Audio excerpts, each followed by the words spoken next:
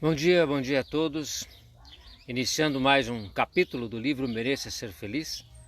Hoje num cenário bastante diferente e não ao vivo, né, mas gravando para que possa estar junto de vocês logo mais à noite. Mais esse capítulo dessa obra extraordinária que estamos tendo acesso, que é o livro de Eurípides Barçanufo, Hermance Dufour, O Mereça Ser Feliz. Hoje acolhido neste cenário extraordinário, essa natureza exuberante que nos acolhe com muito carinho e muito amor. E aproveitando o capítulo 7 do livro, que nos fala sobre as comparações, procurar entender como a natureza perfeita em todas as suas ações, como ela tão perfeita no cumprimento dos seus propósitos, consegue nos acolher com tanto amor e assumindo ou, de certa forma, acolhendo tudo o que a gente faz. Ela não julga os atos humanos, ela não se compara a qualquer outra natureza, qualquer outra obra divina. Ela simples e unicamente deixa fluir o que tem de melhor dentro de si, vivendo, crescendo, se desenvolvendo, sem comparações e rótulos, sem exigências, sem condições, sem pré-requisitos, sem análises de qualquer forma. É o fluxo natural da vida ao que nós temos falado, né, de certa forma, insistentemente. E que o ser humano, hoje consciente de si mesmo, desperto para a realidade do espírito e que já tem a vontade soberana para que possa escolher, fazer as próprias escolhas dentro da liberdade que lhe é concedida. Então, se hoje essa natureza que nos acolhe desenvolve irresistivelmente a vontade do Pai, ainda se preparando para o despertar da consciência e entender-se enquanto obra única, individualizada nesta obra imensa do universo, casa do nosso Pai, nós que já estamos em um estágio mais avançado dessa evolução, deveríamos ao menos respeitá-la em todos os aspectos. Felizmente não é sempre ou quase nunca isso acontece no atual estágio da humanidade. Dizíamos em outros estudos, avançamos através das fronteiras que nos separam desta natureza, sempre com esse respeito, ou quase nunca com esse respeito.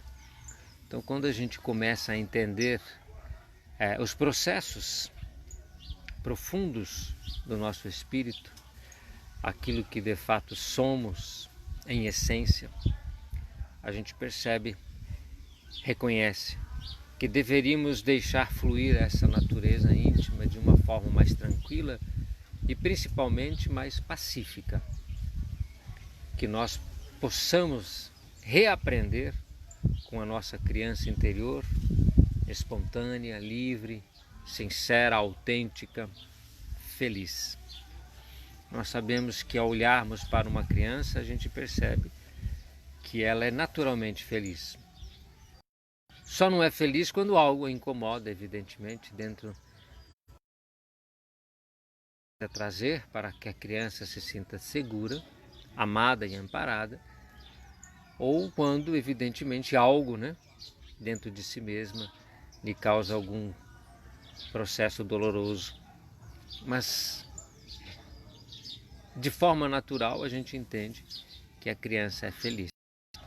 Assim como nós precisamos agora resgatar essa criança interior, no sentido de buscarmos essa profundidade de alma, essa essência de ser o que se é. Essa tem sido a tônica, né, dos nossos estudos de domingo, quando estamos avaliando essa fantástica obra Mereça Ser Feliz. Então, quando a gente reforça em todos os estudos a questão relacionada à verdade, porque já entendemos e aprendemos que sem esse compromisso espiritual profundo do ser humano em se reconhecer verdadeiro, em não macular essa essência perfeita e, acima de tudo, de não manipular pensamentos, sentimentos de forma artificial, de forma falsa, como quem busca dominar, controlar as situações em que estamos vivendo. Esse processo impede, porque não é natural, a nossa felicidade. Nada fica sem consciência. É da lei, ação e reação, causa e efeito, que todas as escolhas ou todos os atos, ações, pensamentos, sentimentos produzidos por quem quer que seja, em qualquer tempo e lugar, vai evidentemente trazer consequências, vai provocar reações. E essas consequências, reações, esses efeitos, sintomas, acabam nos indicando, de forma muito natural e muito perfeita, as correções necessárias. Quando se toma um caminho errado, quando vamos fazer uma viagem e as placas indicativas do caminho nos alertam para onde estamos indo, facilmente reconhecemos o erro de termos pegado uma estrada ou um atalho equivocadamente, e frente aos sinais que as nossas escolhas dentro desse caminho, as perspectivas da mostram, nós temos condições de, com rapidez, corrigir o erro e retomarmos ao caminho correto. É uma boa comparação em que a vida age em relação a cada um de nós. O nosso mesmo acaba trazendo efeitos dos nossos atos, das nossas ações, e através dos exames, vamos dizer assim, das taxas sanguíneas de açúcar, essas placas indicativas orgânicas colhidas através de um exame, por exemplo, vão nos orientar ou vão nos informar de como anda a nossa saúde. Esses sintomas nos auxiliam a corrigir as nossas condutas, que sejam as alimentares, por exemplo. Então, a vida é perfeita nesse sentido. Constantemente nos devolve, em consequência dos nossos atos, em reação das nossas ações, essas placas indicativas, esses indicadores que nos orientam. Nem sempre eles são muito explícitos. Em determinado momento só serão revelados com uma análise. Que nós trouxemos o exemplo, as análises laboratoriais, os exames. A gente faz uma pesquisa, a gente faz um exame, a gente faz uma análise, ela vamos dizer assim, feita por um especialista, quando nós não damos conta de fazê-lo. Ela é traduzida e interpretada por um médico ou por um outro profissional, caso a caso. E aí nós, ao interpretarmos esses dados, essas informações, começamos a entender melhor o que temos feito a princípio de errado, né?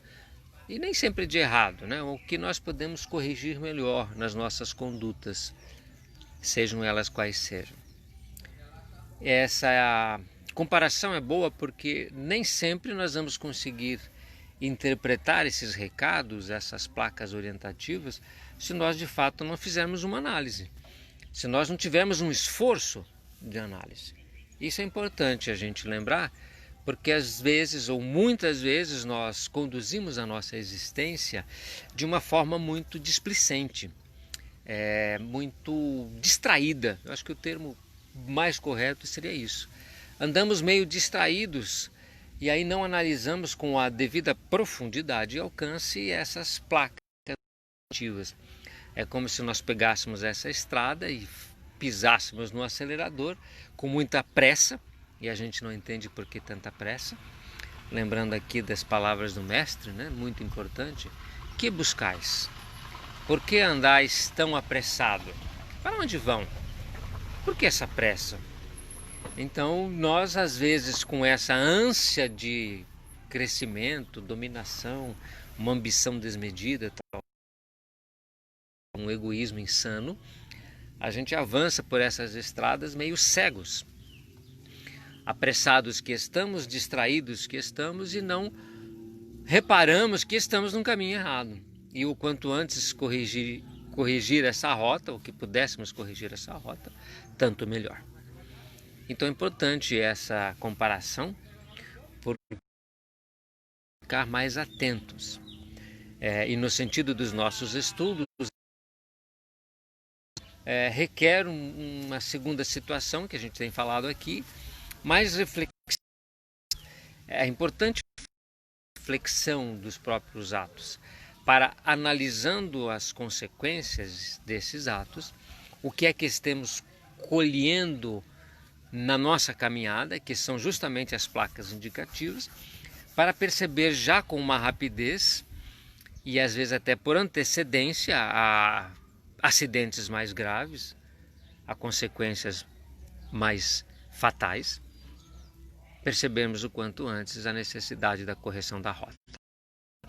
Então esse recado inicial é muito importante, porque se tivermos que fazer comparações, que é o capítulo 7, que elas sejam feitas da forma correta, dentro de uma análise interna, reflexiva, como dizíamos na semana passada, para que os espelhos da mente estejam voltados para o interior durante este período de análise, para que consigamos refletir estas imagens internas com bastante propriedade e, ao analisar esses reflexos da mente, captar esses reflexos do interior do ser, nós possamos usar essa reflexão para uma análise profunda e aí sim fazer as comparações devidas nossos atos para que a gente possa corrigi-los. Não é comparações com os outros, não são aquelas classificações e julgamentos absurdos que nós analisamos, por exemplo, a conduta alheia, onde a gente quer ser melhor que os outros, ou nos comparar com quem quer que seja, porque essas comparações são inúteis, uma vez que estamos comparando coisas diferentes. É como comparar uma banana com uma laranja para perceber qual que é melhor. Eles não são nem piores nem melhores, eles são diferentes e cada um tem o seu valor. Eu gosto das duas frutas e não fico sem uma ou sem outra. E é assim que devemos trabalhar interiormente, sem essas comparações indevidas. Mas fazer análises mais científicas, mais demoradas, mais profundas dessas obrigatórias que temos feito ao longo da nossa existência para perceber se não estamos de fato, de uma forma ou de outra, equivocados. Só se aprende um estudo profundo daqueles conhecimentos com tendo acesso. Sem esse estudo demorado e profundo, sem essas análises mais verdadeiras e transparentes, a gente não vai conseguir de fato estudar dentro desse compromisso do autoconhecimento, de estarmos utilizando o nosso tempo, que é precioso, para essas análises demoradas e profundas de si mesmo. Então fica aí, né, uma primeira reflexão a respeito dessas placas indicativas do caminho, que elas não vão nos chamar a atenção se não olharmos para elas. Os olhos de ver não estiverem voltados para a observação dessas placas indicativas. Se estivermos distraídos, avançando sem essas reflexões diárias, avançaremos e depois colheremos, muito provavelmente, frutos amargos, colheitas difíceis. Não é outro motivo momento em que a humanidade se encontra colhendo alguns frutos amargos de irreflexões. E nós dizemos aqui, né, em muitas vezes, dessa quase insanidade coletiva em que essa humanidade produziu esses efeitos e agora colhe ou que adoeceu.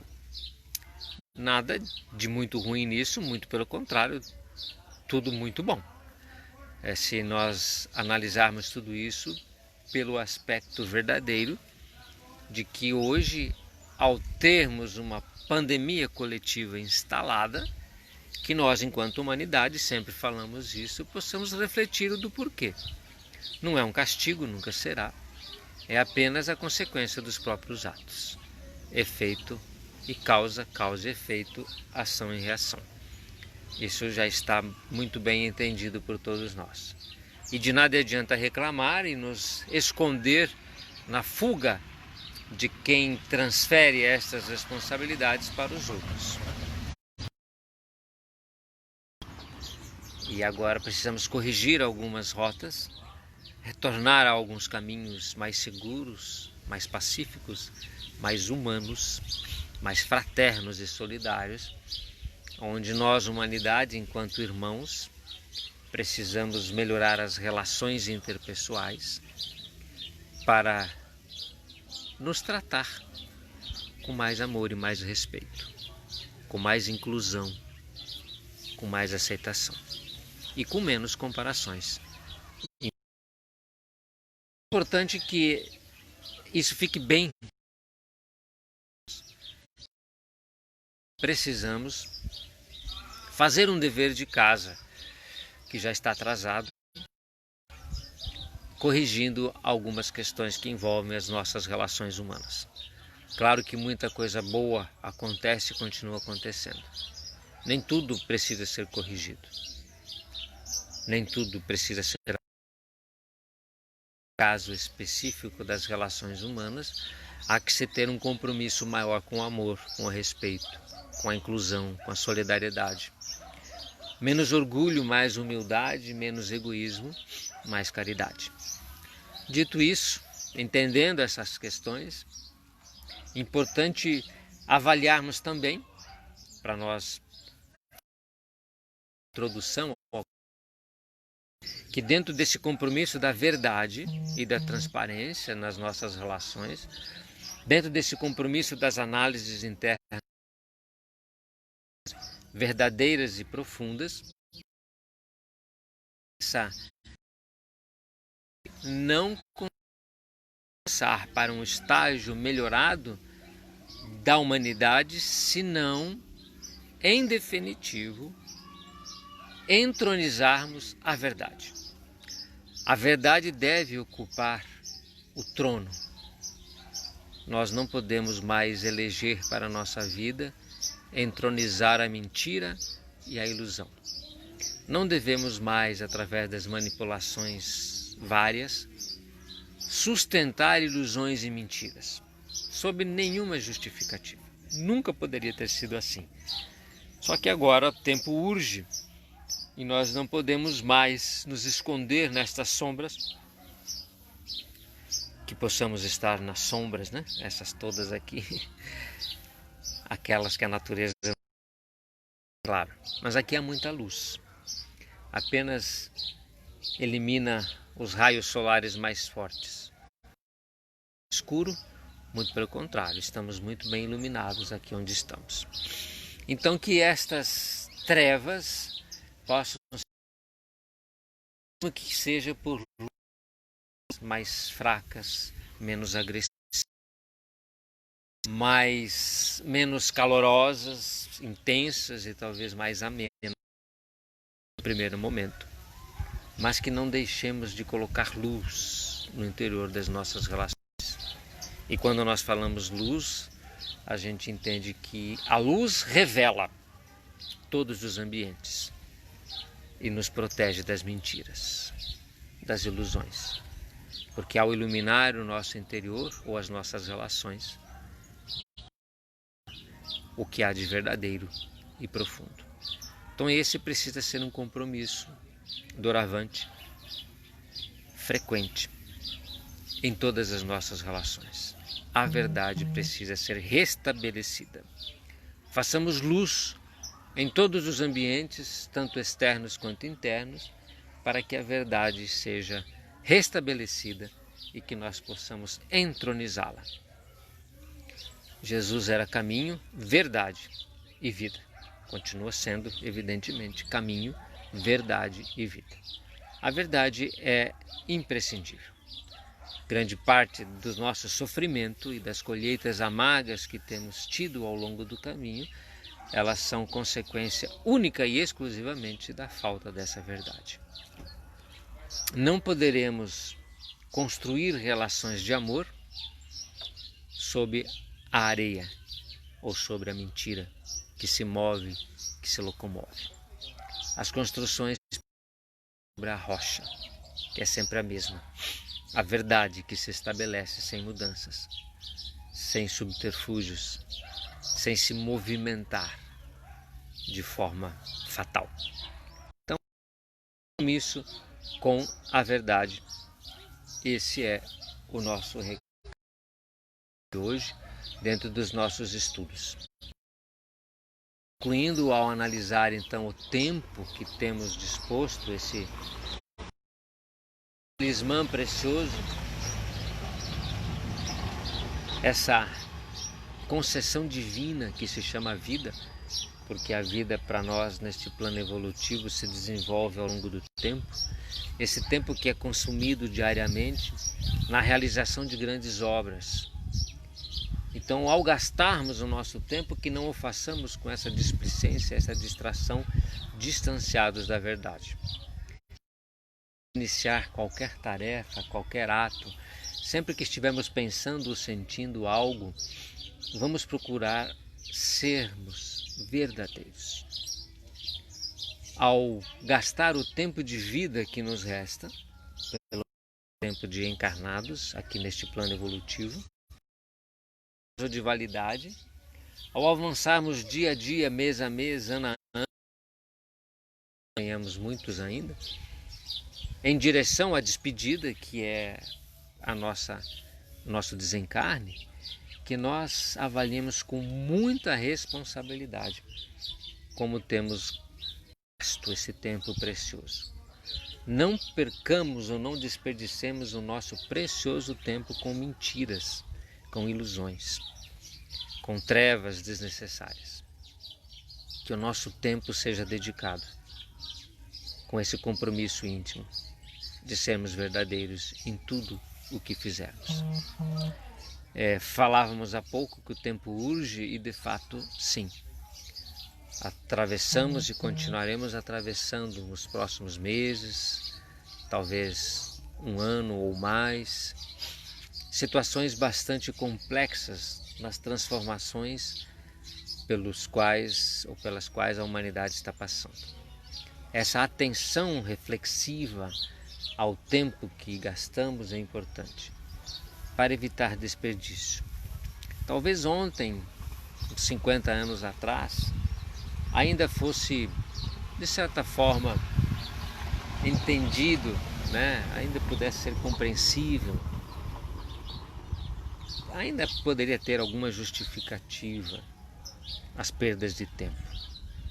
Não creio, né, que em algum momento isso se justificasse, mas imaginando nas jornadas temporais que temos, nós sabemos que no início dessas jornadas, em determinadas fases do caminho, a gente